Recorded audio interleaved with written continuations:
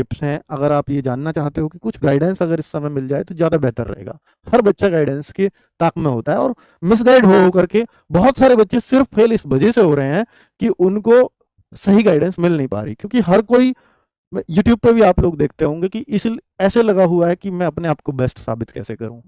बस अगर इस बात की बजाय इस पे ध्यान दे लिया जाए कि मैं अपने टीचर्स को बेस्ट कैसे बनाऊं, तो मेरे ख्याल से ज़्यादा अच्छे रिजल्ट्स आएंगे और बच्चों के फेवर में आएंगे। ठीक है, तो हम लोग आरडब्ल्यू हमेशा उस बात पर काम करता है कि हम अपने टीचर से कैसे बेस्ट निकाल सकते हैं बच्चों के लिए, ताकि उसका एग्जाम ईजी हो जाए उसके लिए। ठीक है, और कभी आपको ऐसा कोई प्रॉमिस नहीं मिलेगा जो पूरा नहीं किया जा सकता, ऐसा कोई दावा, ऐसा कोई वादा यहाँ पे नहीं मिलता। ये आप लोग जानते हैं आरडब्ल्यू के बारे में जो यहाँ पढ़ रहे हैं। क्या अब कुछ नया पढ़ना चाहिए? मैं हमेशा कहता हूँ भाई, नया पढ़ने का समय होता है कि जब आपके फॉर्म आ गए, तब से आप तैयारी में लग जाओ, तो नया पढ़ो पुराना पढ़ो आपकी चॉइस है। लेकिन जब एग्जाम डेट आ गई और एग्जाम में सिर्फ 40-45 दिन बच रहे हो, तो आपको नया पढ़ने के पर जोर नहीं देना चाहिए। जो चीज़ पढ़ चुके हो उसको कंठस्थ कैसे करें, इस पर काम करना चाहिए। मतलब अगर आपके मैथ्स रीजनिंग है तो प्रैक्टिस करो दबा करके। अब आपके प्रैक्टिस कैसे करें? आपने मैथ्स एक बार कर लिया, सर बहुत बार कर ली, ये बुक अब मन नहीं करता इसे करने का, तो मैं आपको एक तरीका बताता हूँ कि आप अगर आपकी मैथ्स की बुक आपने बहुत बार कर ली है, तो मैं कहूँगा फिर मेरे कहने से एक बार करो। उसका कारण है कि जैसे अगर नंबर सिस्टम के क्वेश्चन है आपके मैथ्स में और उसमें 100 क्वेश्चन है, तो आप 100 मिनट लगा दीजिए उन पर। आपका इंटरेस्ट पैदा हो जाएगा, क्योंकि आपने कहा कि मुझे सब आता है, तो जब भी आपको ऐसा लगे ना किसी बुक से मुझे सब आता है, तो आप उस पर फिर टाइमिंग लगा दो और जितने क्वेश्चन है उतने मिनट लगा दीजिए। वो बहुत कुछ दे जाएगी बुक तब भी आपको। ये मैथ्स और रीजनिंग में जरूर करके देखना। ठीक है, एडवांस मैथ्स पर कितना ध्यान दें? एडवांस मैथ्स पर मैं हमेशा कहूंगा कि आपको बहुत ज्यादा रेलवे के लिए ट्राई नहीं करना चाहिए। अगर आप एसएससी एग्जाम्स देने हैं तो आपको एडवांस मैथ्स बहुत पढ़ना चाहिए, मैं ये भी कहूंगा। ठीक है, क्योंकि एडवांस मैथ्स का रेशो उस लेवल पे नहीं रहता एसएस, मतलब स्पेशली रेलवे के एग्जाम्स में। एसएससी में अच्छा खासा रहता है। लेकिन मैं जितनी भी बातें कर रहा हूँ बच्चे, प्रीवियस ईयर के आधार पर कर रहा हूँ, मेरे पास और कोई आधार भी नहीं है, तो मैं बात भी करूंगा तो मैं किससे करूंगा? अब आप कहोगे कि सर अब क्या आ गया, तो देखो इस बात का जवाब मेरे पास भी नहीं होगा। अब के तो कुछ भी आ सकता है, पर प्रीवियस ईयर के ट्रेंड के हिसाब से कोई भी तैयारी कराता है ना। चलो, तो ये हमें, मुझे ऐसा लगता है कि शायद ये उस तरह से ही रिपीट होगा, और उस तरह से होता है तो फिर एडवांस मैथ्स को पढ़ने की बहुत ज्यादा आवश्यकता नहीं है। मॉक टेस्ट कितने लगाने चाहिए?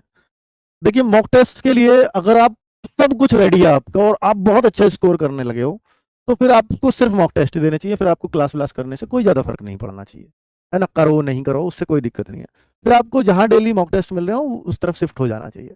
लेकिन अगर आप ये है कि नहीं सर मैं अभी किनारे पे चल रहा हूँ, मेरे अभी जो एक होना चाहिए सेटिस्फैक्टरी स्कोर उससे काफी कम आ रहा है, या मैं उसके आसपास हूँ, तो फिर आपको हर संडे तो एक मॉक टेस्ट लगा ही लेना चाहिए। तब तक मैं ये कह रहा हूँ कि हर संडे भी लगाओगे ना, और सबसे पहले 25 नवंबर को पेपर है एएलपी का, तब तक 7 मॉक टेस्ट लगा पाओगे आराम से। बहुत ज्यादा इसलिए भी नहीं कह रहा मैं, क्योंकि अगर आप मॉक ही लगाते रहोगे तो फिर मॉक का सुधार कैसे करोगे? मॉक का फायदा तब है कि जब मॉक में हो रही गलतियों से आप सबक लो कि भाई ये गलती क्यों हुई। मॉक दे दिया 1 घंटे का, मान लो एएलपी में, लेकिन उसके बाद 1-1.5 घंटे और दीजिए उस पर कि गलत क्वेश्चन कौन से हुए, कौन से क्वेश्चन मुझसे नहीं बनते, ये क्यों नहीं बनते और ये क्यों गलत होते हैं। फिर नहीं बनते, ये चैप्टर ही मुझे समझ नहीं आते, तो फिर उनको मत पढ़ो, बाकियों को और स्ट्रॉन्ग करो। और जो आते हुए गलत होते हैं तो ये क्यों होते हैं, इस पर और काम करो। तो आप देखोगे कि मॉक टेस्ट में आप अपना स्कोर अच्छा खासा कर लोगे कुछ ही टाइम में। ठीक है, चलिए, तो ये हर संडे पे आरडब्ल्यूए पर सुबह 6 बजे आपको मॉक टेस्ट मिला करेगा, उसको जरूर दिया करो। ठीक है, क्या इस बार एग्जाम टफ हो सकता है?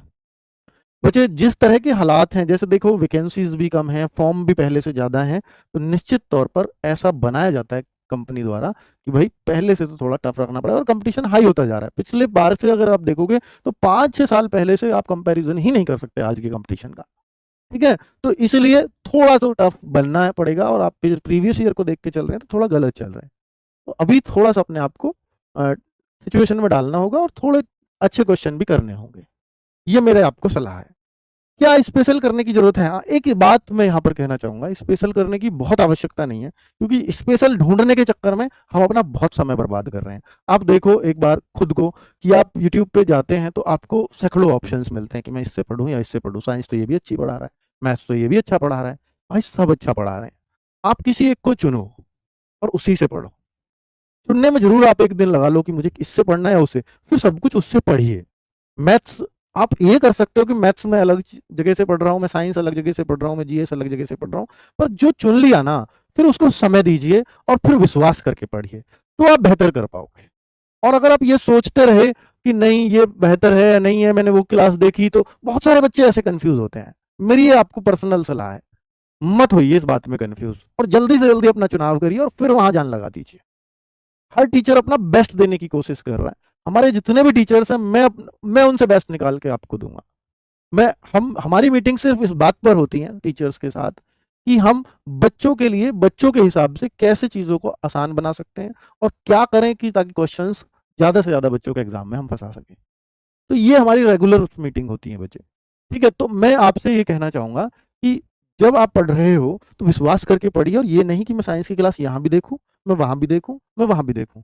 आप यकीन मानिए कुछ भी ग्रैब नहीं कर पाओगे, कुछ भी आप अपने हासिल नहीं कर पाओगे इस बात से।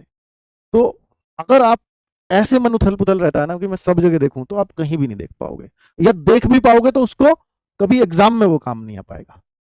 ठीक है, तो आप अपना साइंस का टीचर चुन लीजिए कि मुझे यहां से पढ़ना है, फिर वहीं से पढ़िए। ये आपको एक ईमानदार वाली सलाह है, ईमानदारी वाली।